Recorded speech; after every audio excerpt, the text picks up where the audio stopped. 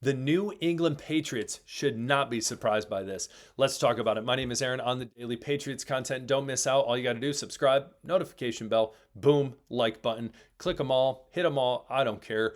Just do not miss out. We are 1 week away from the Patriots playing the Raiders in Foxborough. What are your thoughts going into game week? Comment below right now. Now, Patriots should not be surprised. We're leading this episode talking about something really, in my opinion, not a big deal, but something the Patriots shouldn't be surprised by, nor should fans either. But the bulk of this episode, what we're going to jump into is projections, odds, all these different things. And so this is going to be a part one of a handful going into the first game against the Raiders. So stay tuned. Stay tuned to the end of the episode, or a majority of the episode. That's better yet to say. So anyways, jumping right into it, Patriots shouldn't be surprised. Javon Baker signs with the Eagles practice squad. He cleared waivers, and then after clearing waivers, apparently the Patriots were interested on bringing him to the practice squad. Nope, he said, I have a better option here. Want to go for greener pastures, want a new start. So he takes off for the Eagles practice squad. Again, really shouldn't be surprised. I don't think fans should. I think if anything, it's you're kind of left with just disappointment as a Patriots fan. You were hoping the best for Baker, and it just didn't happen. Again, he made that roster. A lot of people were hooting and hollering, "Hey, look at his special teams play." Sure, and then Woods comes along, and again, my biggest argument there was a lot of people were saying, "Aaron, Woods only played 13 snaps at cornerback last year." Sure, yeah. That wasn't my point. My point was he brings a lot more experience to special teams than Javon Baker did. So if we're really looking at, hey, we need a special teams guy, I would rather have Woods, who has a vast amount of experience this past season with 100 and I believe it was 60 some plays or something. It was something around that realm, something 100, 160, 150, whatever in that realm. And then adding cornerback depth.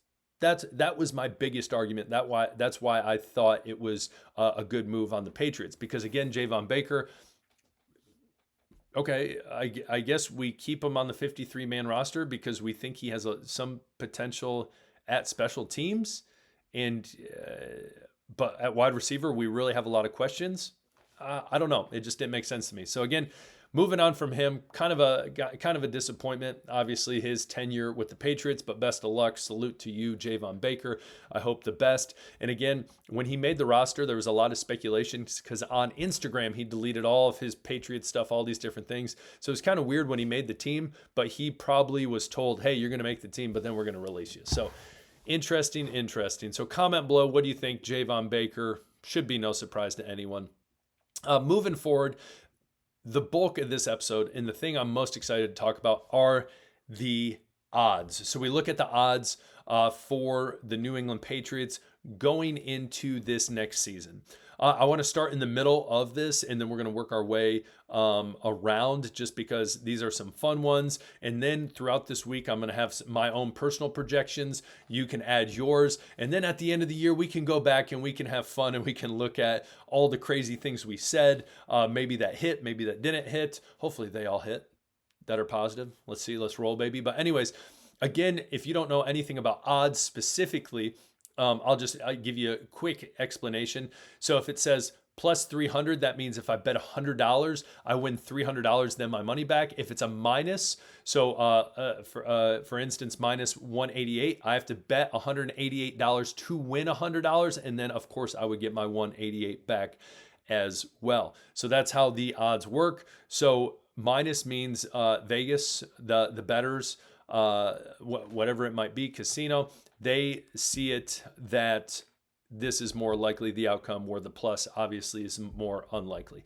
So we look at in the middle. I want to start in the middle. May over 4,000 passing yards plus 300. Honestly, those odds in my opinion aren't crazy. Plus 300, I thought it would have been a little higher than that, more like plus something plus 500 or more. Because only 6 quarterbacks in the NFL did that last year. So it's not like it's some easy feat. Again, a Chicago quarterback has never done it. Chicago got a Pope before they got a quarterback who could throw for 4,000 yards. Crazy to think. Crazy to think. And of all fans, he's a White Sox fan. Crazy. Truly knows the oppressed and White Sox fans. Anyways, plus 300 and then 30 touchdown passes plus 470. Only 5 quarterbacks in 2024 NFL season were able to do that. Now, the reason I want to start with these is because these are kind of, in my opinion, they'd be impressive feats. Do I see Drake May throwing for this much? No, I see him more throwing for around 3,500, but probably between 34 and 3,500. And again, I could be totally wrong, but that would be my prediction. Going into his second season, it'd be pretty wild to put up these numbers. 30 touchdowns is pretty impressive, but I don't necessarily see, though I really like Drake May, I'm not going to take these bets. I think they're a little over optimistic in my opinion. Not saying they can't happen. I just think, hey, the 6 and 5 people who did it the past year are pretty impressive. And one of those people is actually, I believe, the over 30 touchdowns, or no, I think it was over 4,000 passing yards, was Geno Smith. So again, it's much more common in today's NFL, obviously, but it's still a hard feat to reach. So again, I see that in his future. Do I see it now, second year? Not necessarily. Now, I do want to jump into the over-under touchdowns, which is 19.5 passing touchdowns. I'm actually taking the over on that. I do see with a better cast around him, wide receivers. You got Travion Henderson, which we'll talk about in a minute. I do see the over in passing touchdowns for Drake May, especially in a Josh McDaniels offense. We cannot sleep on that. As well, you look at the over under 500.5 yards rushing yards for Drake May.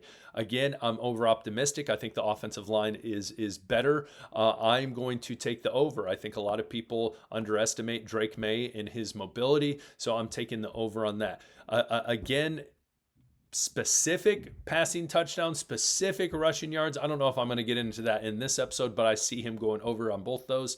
Again, over 4,000 passing yards, over 30 touchdowns. So that would mean it'd have to be 31. I just don't see it at this moment. Again, I guess I'm looking at it from the lens, am I going to put money on it? No, I'm not going to put money on it right now. You might disagree, and that's totally fine. Comment below. Would love to hear your opinion. Now, Travion Henderson, 5th best odds to get Rookie of the Year at plus 1,200. Now, you're going to laugh at me, but these are the odds I'd be willing to take. You're like, Aaron, you're not willing to take plus 300 and plus 470? Listen, Travion Henderson has shown in preseason, in training camp, that he has the potential, if not will, get, the number 1 reps. Again, he has a ton of potential in this Josh McDaniels offense. There's a reason they didn't trade out of the position that they drafted him. They wanted him. They valued Travion Henderson, and I think they're going to show that. Now, the players in front of him are Cam Ward. At number 1 is Ashton Jeanty. Then it's Cam Ward, Omarion Hampton, Travis Hunter, and then boom, it is Travion Henderson. Again, I was very high on Ashton Jeanty. Travis Henry, I don't see it happening. Cam Ward, I think he's going to struggle with the Titans. Omarion Hampton, it's going to be interesting. You got to remember they have Najee Harris, but I think he'll do all right there in a Jim Harbaugh team that really likes to run as well. Ashton Jeanty, I actually think he's going to do fine with the Raiders. Pete Carroll, back in the day when he had beast mode, Marshawn Lynch, just here so I don't get fined. They love to run the ball as well. So I could see those things, but I think Travion Henderson in a Josh McDaniels offense, again, a lot of people are looking past him. So I actually don't mind those odds. Am I saying I'm going to drop $100? No, I'll probably put $5 on it, honestly. So what are your thoughts on that? I think it's almost disrespectful to Travion Henderson, but let me hear from you.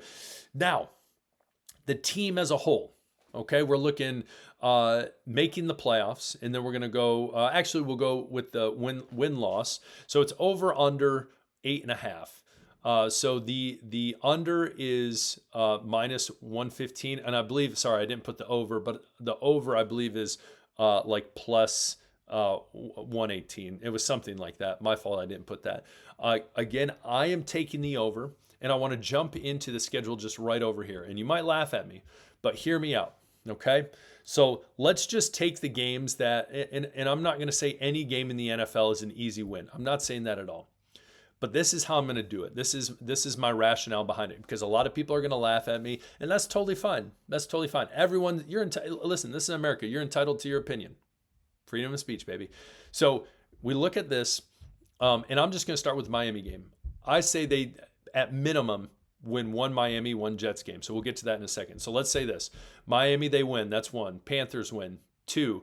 New Orleans. You're telling me Spencer Rattler is going to be the guy there? I don't think so. That's 3, 4, 5, 6, 7. Okay? That's 7 wins right there. Okay? 7 wins right there. So that would mean at minimum, they got to win to get that wild card spot. I would say 2 to 3 more. Okay? And that's only with saying that, again, they're beating the Jets in Miami at least once. But I think it's very possible that, especially with the Jets, that they can sweep that series. So let's say that they sweep that series. That's 8 right there. And then you look at a game like the Raiders. I think they have a good shot at the Raiders, even the Steelers.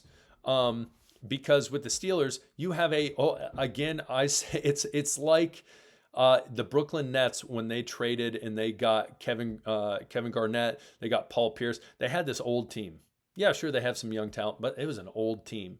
So say they take that win, and then I didn't even include the Falcons. I didn't even include Tampa Bay. I didn't include Cincinnati. Hopefully they take one from the Bills. But again, I don't think 8.5. I don't think 9 to 10 wins. I don't think is unreasonable. Call me crazy. I don't think it's unreasonable. All right. So especially this strength of schedule is not crazy. Yeah, it's tough. You're playing the Bills that have a shot at the Super Bowl. You're playing the Ravens who have a shot at the Super Bowl. A lot of people are high on the Bengals every single year. Tampa Bay has, they've proven with Baker Mayfield they're not a team to be, slept on. And again, who knows how Aaron Rodgers is going to come out, as well as the Raiders. But I truly believe 9 or 10 wins are not out of the question for this team. So I'm taking the over. What says you? Look at the schedule all you want. Tell me your rationale behind it. But that is my thought. I realistically think 9 to 10 wins is not unrealistic for the Patriots and making the push at the playoffs. And again, if we jump back to here, the playoffs, odds of making the playoffs, to make the playoffs are plus 152, which is not correct. That's Vegas, it's almost like that's a hesitant move by Vegas, as well as to miss minus 188. So obviously better odds to miss the playoffs than make the playoffs, but plus 152, that's not bad. That is not bad at all. So again, 9 to 10 wins in my mind is not unreasonable. If you think it is, comment below why. I have a lot of people on the regular that say this is a 6-win team, this is a 5-win team. And you know what? You could be right. You could be right. But again, we have to remember last year, the Patriots were god-awful. They were not great. Jacoby Brissett was not ideal. They threw Drake May in there behind a bad offensive line. And there was games that they were still in that they could have won. And they could have snuck to 6 wins. And I think this team this year is worlds better than the team last year. Call me crazy. Call me crazy. That's fine. So what do you think? Looking at these odds, are they making the playoffs? They missing the playoffs? Again, I think they're going to surprise teams. I've said it 100 times. I think this Patriots team has the potential to be the Washington Commanders. I truly do. I think they have the potential to be Washington. So what are your thoughts? Comment below. Over, under 8.5. Any of these odds right here, you got anything to say? Would love to hear from you. Again, hit the subscribe button. We're a week away. When this video drops, we're technically less than 7 days because kickoff is at 1 Eastern time. So again, hit the subscribe button. We'll hang out. We'll comment below. It's a good time. We'll talk later. Enjoy the day. Enjoy Labor Day. We'll talk later. Peace.